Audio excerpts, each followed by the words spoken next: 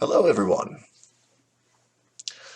I was at work one day, and one of my coworkers knows a Jehovah's Witness woman, and she knows that this woman has disowned her own child. Her child is disfellowshipped, and uh, this bothers my coworker. She comes and asks me this question: how can a woman disown her own child? Well, me being a fourth generation Jehovah's Witness, this is a very common world. It's only lately that I begin to understand that it is not a loving arrangement as they tell you it is.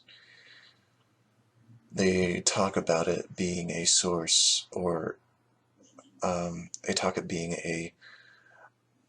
an arrangement to give the person a chance to repent. And of course, it's not only sins of the flesh, but it's also sins of the mind when you begin disagreeing with the religion. Well, this woman asks me, like, how can a woman disown her own child? I How can any mother do that? I don't understand. Well, I'm a fourth generation Jehovah's Witness, and let me tell you something about Jehovah's Witnesses. My great-grandfather and his wife and their 2 sons and 2 daughters attended the conventions. They were there when they were told the great lie, millions living now will never die. And of course they did, eventually. But while they were alive, they had much to sacrifice to this religion. They were also told at conventions that they must advertise the king and his kingdom. And they took it to heart. My great-grandfather and my great-grandmother, what they would do is they purchased a bus, and they redid it. They made it into a makeshift mobile home where they'd have their stove, their beds, a little kitchenette, and this family, the whole family, even the kids from ages 5 to 12, they were brought along during the summers, their summer vacations, to go in the great preaching work. It was the Jehovah's Witness tour bus, going neighborhood to neighborhood, going to city.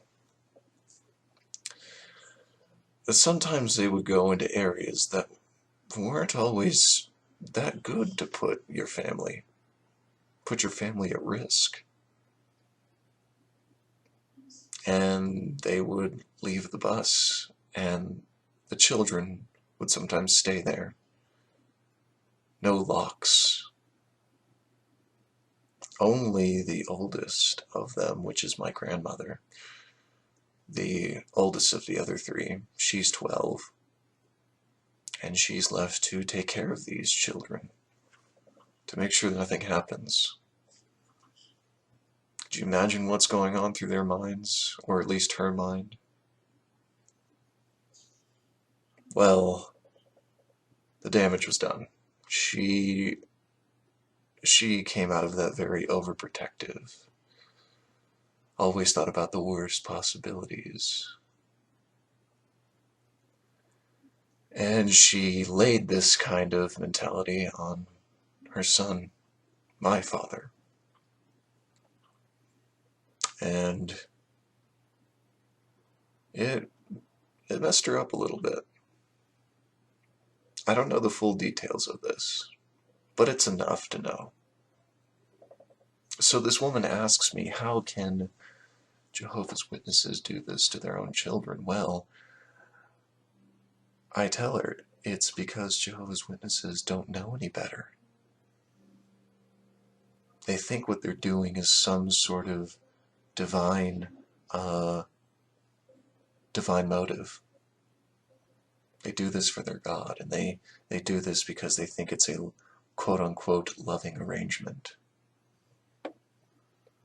They don't know how to raise their children. The truth is, no humans would do this. Nobody would. It's not conventional. It's not natural. So if my own great-grandfather was able to put his family at risk for the message because of what he heard at a convention, well,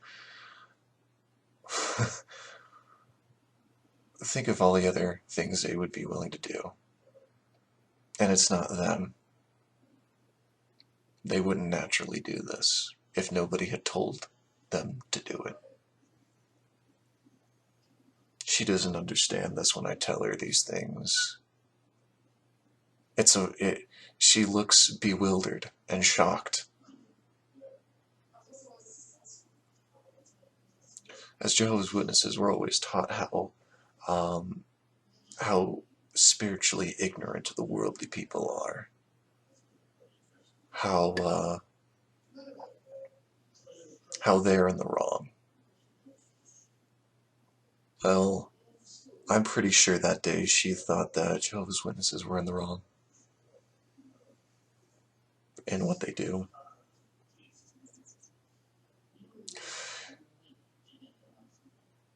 It's not that Jehovah's Witnesses would only give up their own families. They give up anything. They give up their only life that they have in this world to pursue this idea that they could live forever.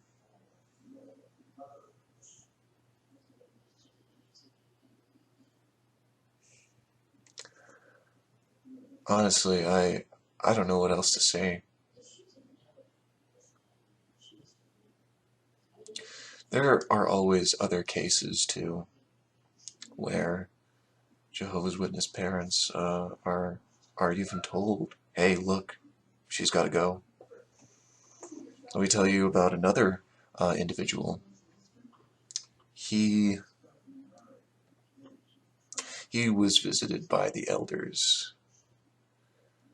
Why? Well, it seems that the daughter um, had no longer began agreeing with the religion, and she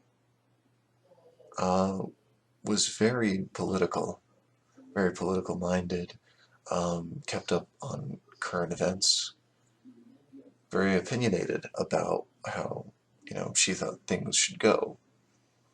Well, a woman with opinions at the Kingdom Hall, that's a big no-no. Unless if you're talking about opinions that come from the Watchtower. What had happened with her is that she had actually made a public display. It was something at her school. It was her senior year, and President Obama, actually came by to visit, and kind of like something for the youth, that kind of thing. It's a total PR campaign, and she shakes hands with the president and tells him about how she agrees with his policies and his direction of leadership or whatever. Well, this gets into the paper. It's a small town, and she gets home, and her father's furious, of course. She's baptized. She's actually even 18. So the elders come by, and they assess the situation. It's called a shepherding call. They visit her, and they tell her, look, or at least they tell the father, you've got to get her out. She can't, she's not going to be one of Jehovah's Witnesses. So, you as the head of the household, either need to set your foot down or she's got to go.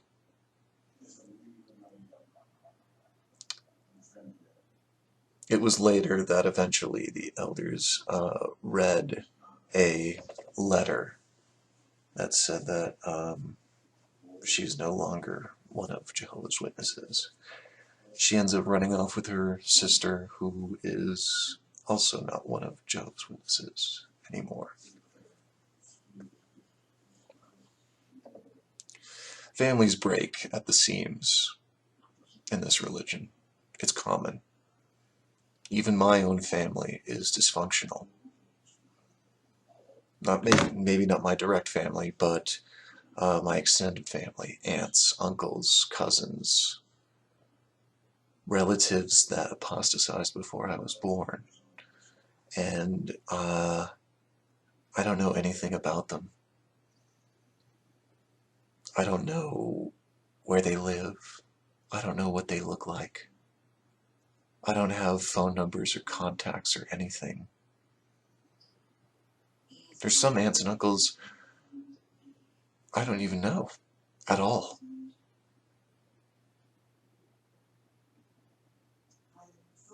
You really think that these people just give up on their families? They abandon them. They tear them apart, rip them at their seams.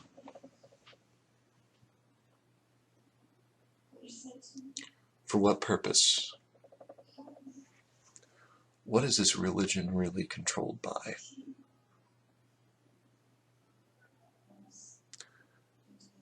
In Scientology, the purpose and the motive is money.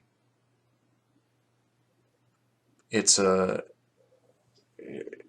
$100 million or $1 million industry for the Scientology group. That's not the prime motive in this religion.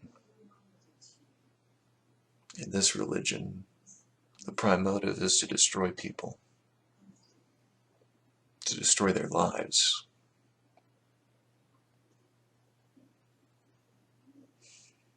I was at a Sunday meeting today, and one of the subjects that they were talking about was to visualize the kingdom. They want them to really forget about this whole generation debacle, and they want them to start thinking about, oh, well, what your life could mean in the new system. As long as you keep putting magazines in the door and obeying our silly little rules. People's comments were often talking about being willing to give up your family, to give up relationships, to give up your home, to give up your job, to give up your life. And that is the truth.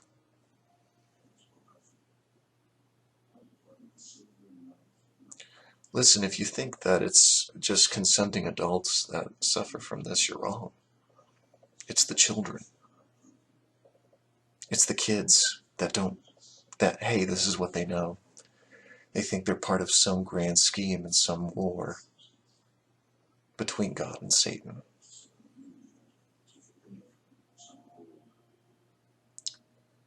And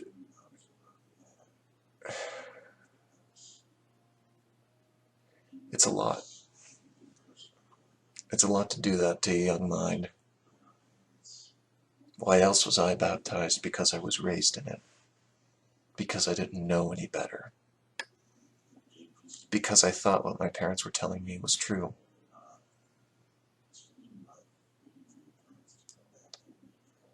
I often think about how that what I'm doing at this time signifies the last days of my life as a Jehovah's Witness, and that I don't know what's going to happen, but it's going to be interesting nonetheless.